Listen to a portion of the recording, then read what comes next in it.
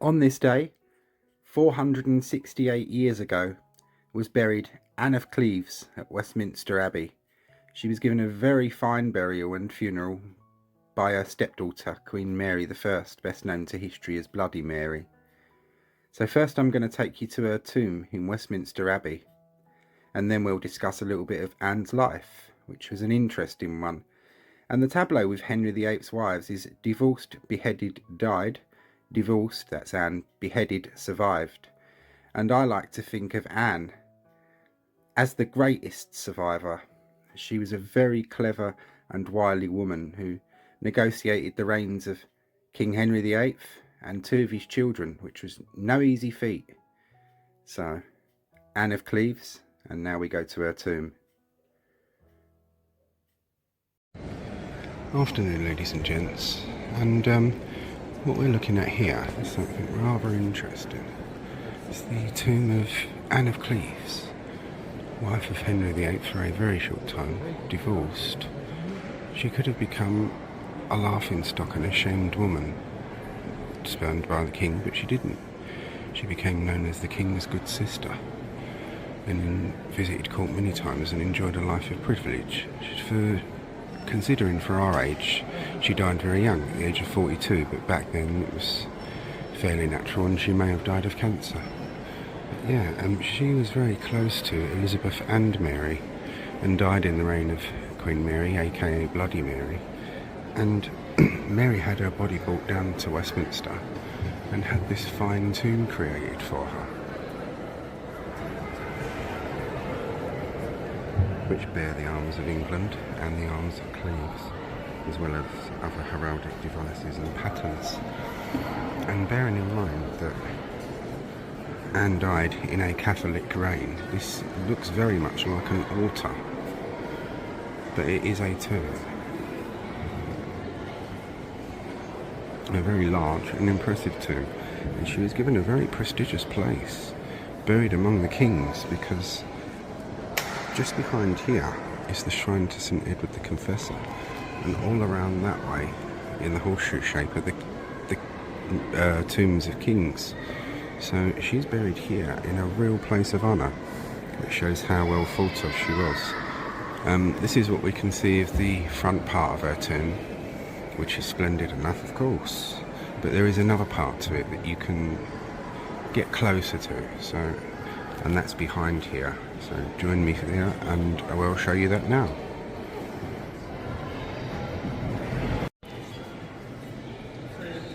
And here we are, in the back bit, the tomb of Anne of Cleves, Queen of England, born 1515 and died in 1557. This is a much later edition was put here, the name. This, basically so people could see who is buried where, because we can't get to where her tomb is round there. It's a very sacred area across the Cosmati pavement, and not many people are allowed to walk on that. So yeah, this is the tomb of Anne of Cleves, a very interesting woman who led a fairly sad life at the first, but she came to her own in England, and I like a story of bad made good. So yeah, that's Anne of Cleves, and we'll delve off a little more into her life. I hope you're all going to find this interesting. So take care, and hope you're going to enjoy the rest of the video. And if I don't say thank you and hope you enjoyed it at the end, thank you and hope you enjoyed it. Anne of Cleves was born in 1515, either on the 22nd of September or the 28th of June. She was born in Dusseldorf in the Duchy of Berg, the second daughter of John III of the House of Lamarck, often referred to as the Duke of Cleves, and his wife Maria, Duchess of Jülichburg. She grew up in Schlossberg on the edge of Solingen, and this is a portrait of a young Anne in the latter 1530s. In March 1539, negotiations for Anne's marriage to Henry VIII began. Henry VIII believed that he needed to form a political alliance with her brother William, a leader of the Protestants of Western Germany. Negotiations to arrange the marriage were in full swing by March of 1539, and here is the little miniature portrait in an ivory case that Hans Holbein the Younger painted. He was sent over to Cleves to paint this of Anne, and this is what Henry VIII made his decision on. When he saw this portrait, he decided that he'd marry her. Thomas Cromwell oversaw the talks of the marriage, and the marriage treaty was signed on the 4th of October of that year. Anne was initially to travel to England alone with her cortege. The death of her father prevented her brother and mother from travelling, but there were concerns about a beautiful, sheltered young woman who had never travelled by sea making such a journey, especially during the winter. She travelled from Dusseldorf to Cleves and then to Antwerp, where she was received by 50 English merchants, and from there she then travelled to England itself. Henry VIII met her privately on New Year's Day 1540 at Rochester Abbey in Rochester on her journey from Dover. Henry and some of his courtiers, following the courtly love tradition, went disguised into the room where Anne was staying. According to testimony of some of Henry's companions, he was disappointed with Anne, feeling that she was not as described and not matching her painting. And this is the larger version of that painting, portrait by Hans Holbein the Younger. And she looks perfectly pretty to me. Despite Henry's vocal misgivings, the two were married on the 6th of January 1540 at the Palace of Placentia, Greenwich Palace in London, by Archbishop Thomas Cranmer. The phrase, "God send me well to keep," was engraved around Anne's wedding ring. The couple's first night as husband and wife was not a successful one. Henry confided to Cromwell that he had not been able to consummate the marriage, saying that, "I liked her before not well, but now I like her much worse," and also saying that by the looseness of her breasts and belly it proveth her to be no maid, no virgin, and that she doth have evil smells about her person, which is quite ironic really when you think of Henry VIII at this time with his leg ulcers that could be smelt from several rooms away and his extreme obesity. So I think the only person that had looseness of their belly and breasts and evil smells about their person in that marriage bed was Henry VIII. Anne was commanded to leave the court on the 24th of June, and on the 6th of July she was informed of her husband's decision to reconsider the marriage. Shortly afterwards, Anne was asked for her consent to an annulment, to which she agreed. Cromwell, the moving force behind the marriage, was attainted for treason. The marriage was annulled on the 12th of July 1540 on the grounds of non-consummation and her pre-contract to Francis of Lorraine, and this is the deed of annulment for the marriage of King Henry VIII and Anne of Cleves.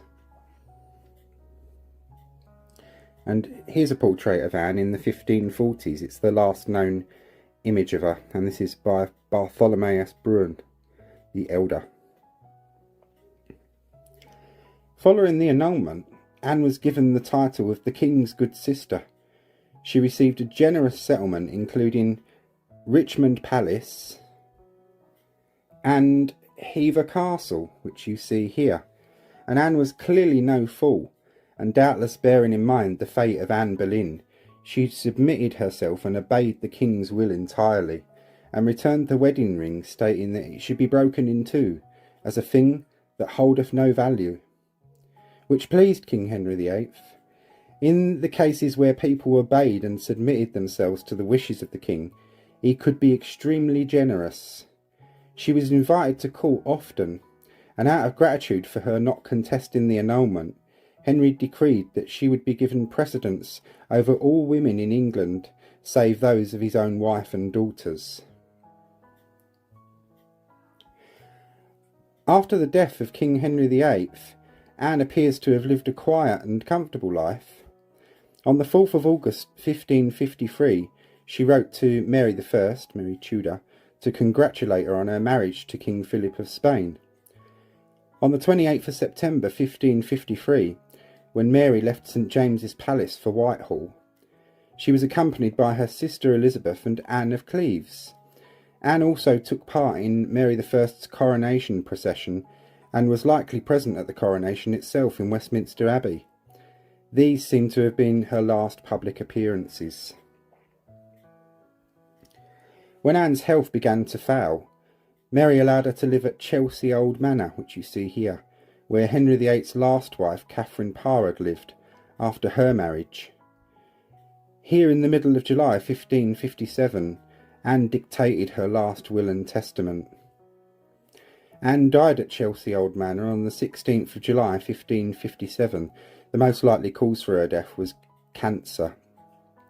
She was buried in Westminster Abbey on the 3rd of August 1557, and she was the last of Henry VIII's wives to die, and I like to think of her as the great survivor, a very sensible and clever woman who not only managed to survive King Henry VIII, it's a feat in itself, but also the tumultuous reigns of his children, King Edward and Queen Mary, where religion was turned on its head and turned on its head once again.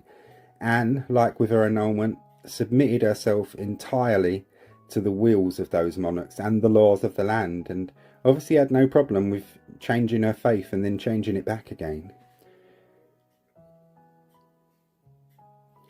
She was remembered by everyone who served her as a particularly generous and easygoing mistress. And here's an image of Anne's funeral procession on the 3rd of August 1557. And that is the tomb and the life of Anne of Cleves, who was buried on this day 468 years ago. I hope you all found this interesting, and thank you for watching, and let's bear a thought on this day for the great survivoress, shall we? Anne of Cleves.